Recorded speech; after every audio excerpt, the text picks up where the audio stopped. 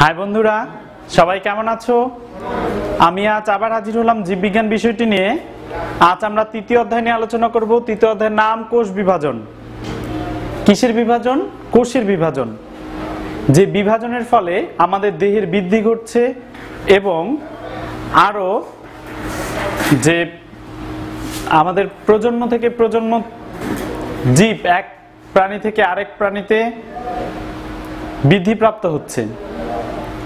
তো প্রথমে আগে দেখি কোষ বিভাজনটা যে হচ্ছে, এটা সাধারণত দেখা যাচ্ছে প্রতিটি জীব কিন্তু কোষ দিয়ে গঠিত। এককোষী যেসব প্রাণী বা জীব রয়েছে সেগুলো সাধারণত তাদের কোষগুলো বিভাজিত করে নতুন নতুন প্রাণীর সৃষ্টি করে।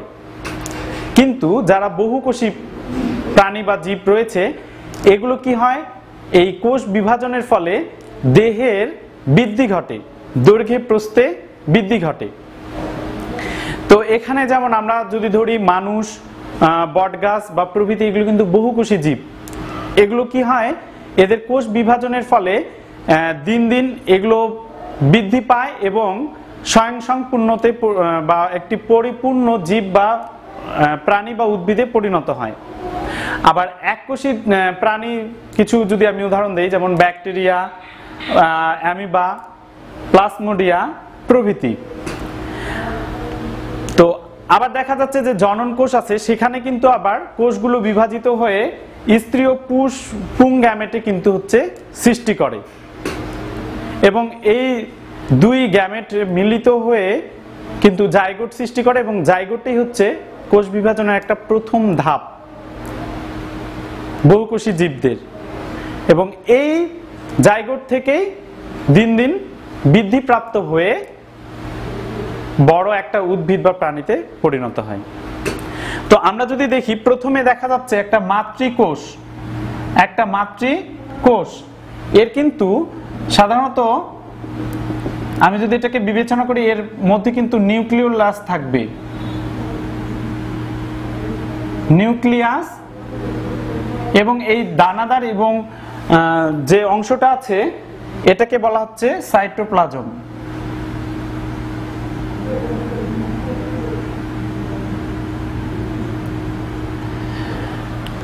তো নিউক্লিয়াসটা কিন্তু বিভাজিত হয়ে বা এই কোষটা কিন্তু বিভাজিত হয়ে দেখা যাচ্ছে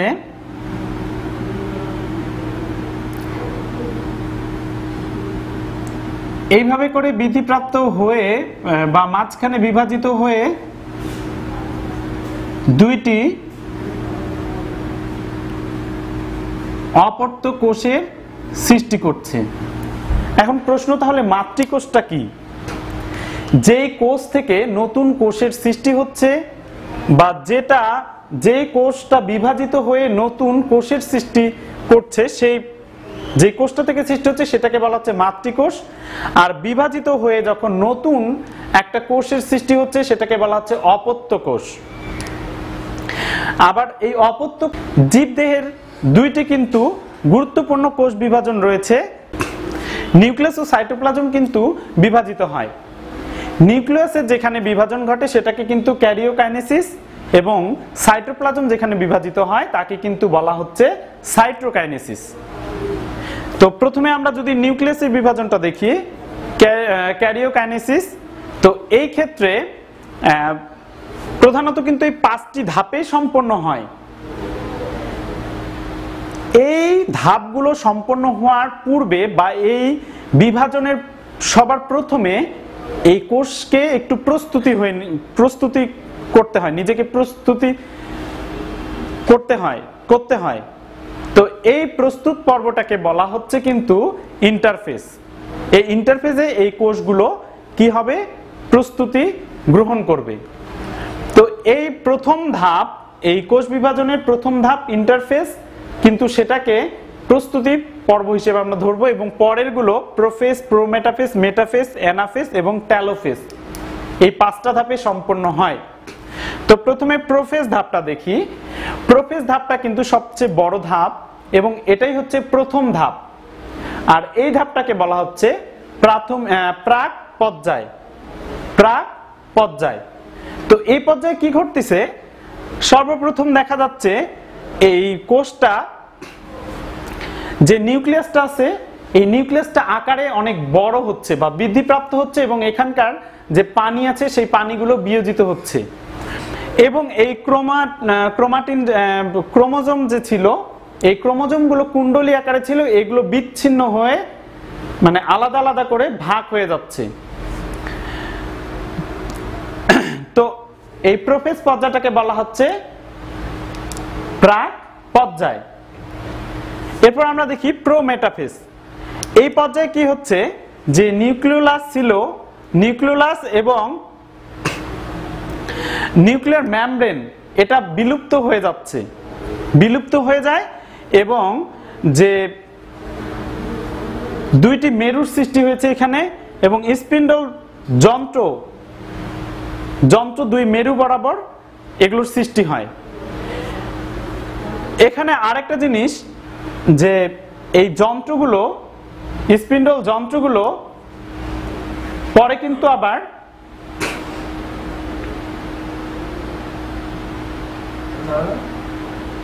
আটকে গেছে নাকি। তো স্পিন্ডল যন্ত্রগুলোতে দেখা যাচ্ছে এই আমাদের যে ক্রোমোজোমগুলো আছে এই ক্রোমোজোমগুলোর সেন্ট্রোমিয়ারগুলো সাধারণত মেরুমুখী হয়ে যায় এবং ক্রোমোজোম যেগুলো আছে এগুলো কি হয় এখানে লক্ষ্য করা যায়। ক্রোমোজোমগুলো সাধারণত মেরুর দিকে মুখ করে থাকে আর যে সেন্ট্রোমিয়ার আছে এগুলো বিষুবীয় অঞ্চল, মাঝখানে একটা বিষুবীয় অঞ্চল আছে, এই অঞ্চলের দিকে আকর্ষণটা দেখা যায় এদের বেড়ে যাচ্ছে। তো প্রোমেটাফেজ এই পর্যায়টাকে কিন্তু এই ধাপটাকে কিন্তু বলা হচ্ছে প্রাক মধ্য পর্যায়। এরপরে যদি আমরা মেটাফেজ পর্যায়টাতে লক্ষ্য করি, এটাতে কি হচ্ছে যে বিষুবীয় অঞ্চলটা রয়েছে এই বিষুবীয় অঞ্চলে সেন্ট্রোমিয়ারগুলো অবস্থান করছে একবারে মেরু অঞ্চলটা বিষুবীয় অঞ্চলটা বরাবর, আর ক্রোমোজোমগুলোর দিক বা মুখ থাকতেছে মেরুমুখী। আর এখানে যা ঘটছে প্রোমেটাফেজ ধাপে যা ঘটছে এখানে কিন্তু তার একটু অন্যরকম ঘটবে। কি ঘটবে, এই শেষ পর্যায়টাতে বিষুবীয় অঞ্চল থেকে ক্রোমোজোমগুলোর দেখা যাচ্ছে একটু বিকর্ষণ ভাব এবং এরা ভাগ হয়ে যাওয়ার প্রস্তুতি গ্রহণ করছে। তো এই পর্যায়টাকে আবার বলা হচ্ছে কিন্তু মধ্য পর্যায়। 3 নাম্বার পর্যায়টা হচ্ছে অ্যানাফেজ। এই ধাপটাতে যে আমাদের ক্রোমোজোম ছিল ক্রোমোজোমগুলো দুটো করে ভাগ হয়ে সেন্ট্রোমিয়ারগুলো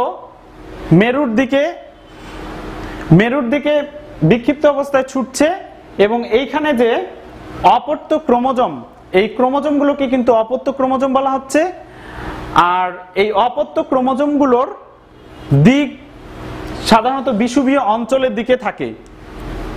আর এই ধাপটাতে আমাদের যে স্পিন্ডল তন্তুগুলো আছে এগুলো বিলুপ্তির পথে যাচ্ছে। এই পর্যায়টাকে বলা হচ্ছে গতি পর্যায়। তার কারণ এখানে যে সেন্ট্রোমিয়ারগুলো আছে সেন্ট্রোমিয়ারের মধ্যে ক্রোমোজোমগুলো বিভক্ত হয়ে এগুলো সাধারণত কিসের দিকে গতিশীল হচ্ছে, মেরুর দিকে যাওয়ার জন্য গতিশীল হচ্ছে। এজন্য এই ধাপটাকে আবার কিন্তু গতিশীল এই পর্যায়টাকে আবার গতিশীল পর্যায়ে বলা হয়ে থাকে। এরপর সর্বশেষ ধাপ টেলোফেজ। তো এই ধাপে কি হচ্ছে যে আমাদের সেন্ট্রোমিয়ারগুলো আছে এগুলো যে মেরুর দিকে চলে গেল, এইখানে গিয়ে দুটো অপত্য কোষের সৃষ্টি হচ্ছে এবং এই কোষগুলো পূর্ববর্তী মাতৃকোষের মতোই নিউক্লিওলাস, নিউক্লিয়ার মেমব্রেন সহ ক্রোমোজোমগুলো সহ আলাদা আলাদা ভাগ হয়ে যাচ্ছে এবং যে বিষুবীয় অঞ্চলটা ছিল এখানে একটি কোষ প্লেট লক্ষ্য করা যাচ্ছে। স্পিন্ডল তন্তু বা যন্ত্রগুলো বিলুপ্তির। আর এ পর্যায়ে দেখা যাচ্ছে প্রোফেজ ধাপে যা হয়েছিল সেটা পিছন থেকে বা বিপরীত থেকে এখানে ঘটা শুরু হয়। কি ঘটা শুরু হয়, এখানে এরা পানি বিয়োজন করেছিল আর এরা পানি গ্রহণ করবে এবং এই যে আমাদের ক্রোমোজোমগুলো আছে এগুলো আস্তে আস্তে কুণ্ডলী আকারে থাকবে। আর আমাদের আরেকটু অ্যানাফেজ ধাপে কিন্তু এই আমাদের সেন্ট্রোমিয়ার গুলো যে আছে, সেন্ট্রোমিয়ার এবং ক্রোমোজোম এগুলোর কিন্তু সাধারণত 4 প্রকারের হয়ে যায়। কেমন? ইংরেজি আমাদের যে লেটার আছে, ইংরেজি লেটার ভি, এল, জে এবং আই এর মতো, এবং এগুলোকে তখন বলা হয় মেটাসেন্ট্রিক, সাবমেটাসেন্ট্রিক, অ্যাক্রোসেন্ট্রিক ও টেলোসেন্ট্রিক।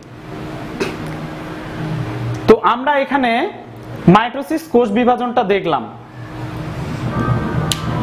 এবার আমরা মাইটোসিস কোষ বিভাজনের গুরুত্ব যেটা আছে সেটা একটু জানবো।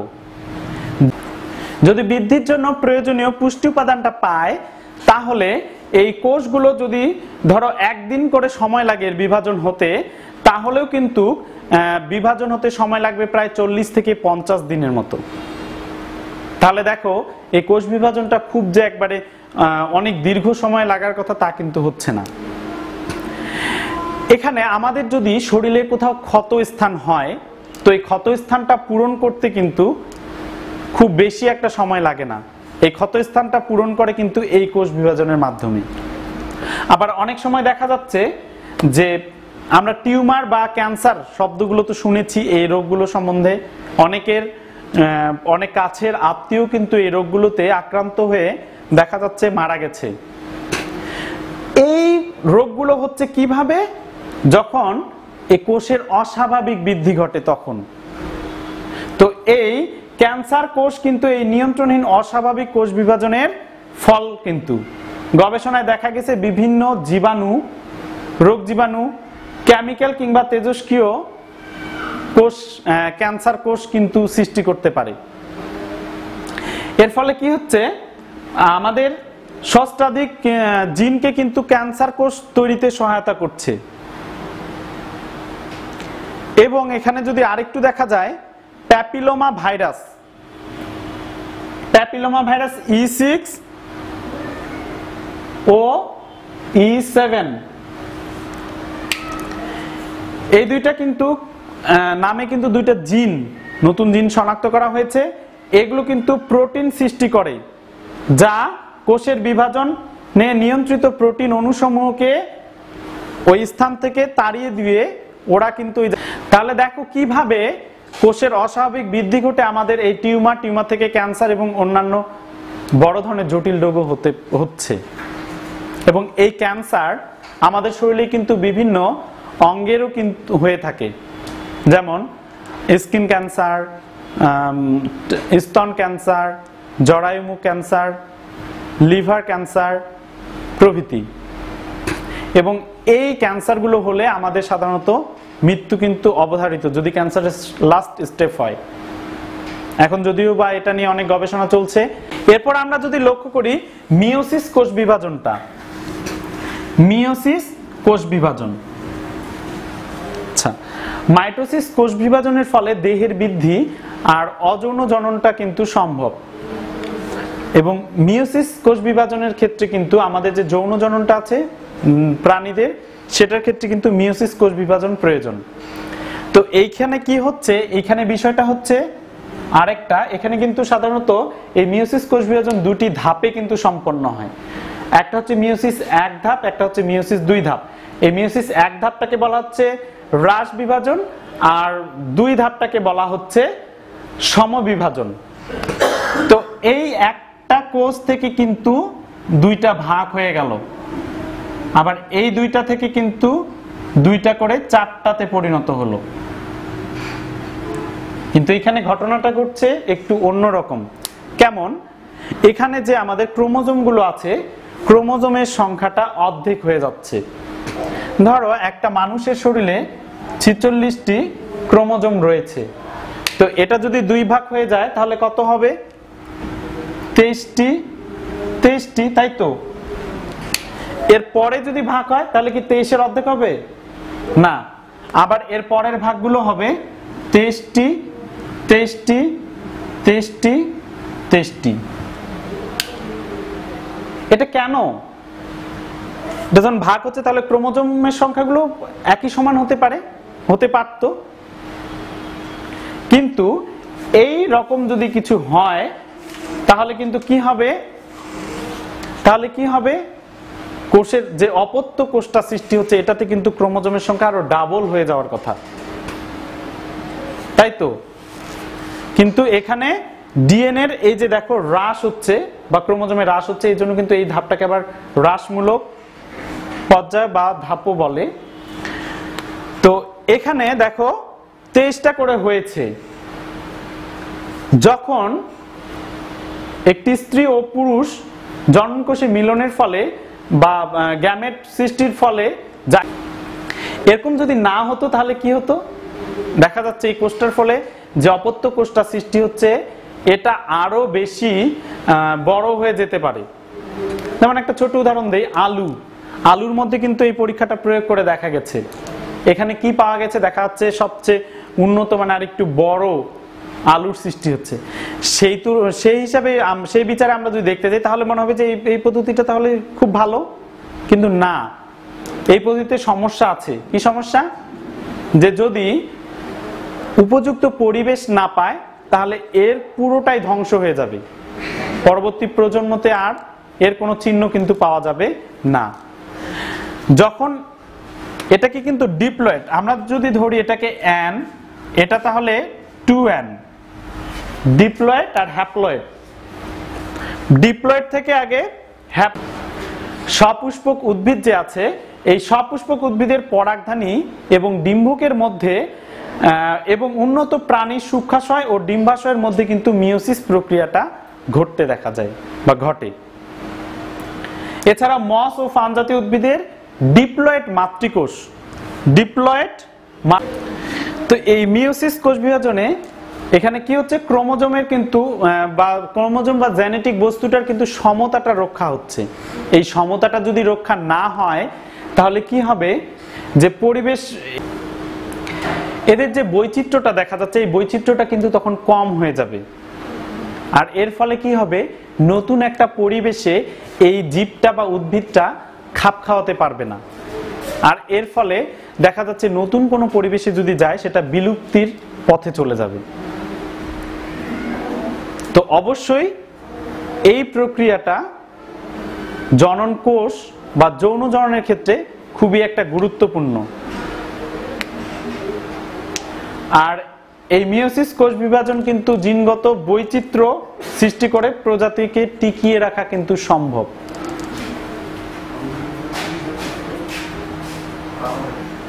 তো বন্ধুরা, এই পর্যন্তই।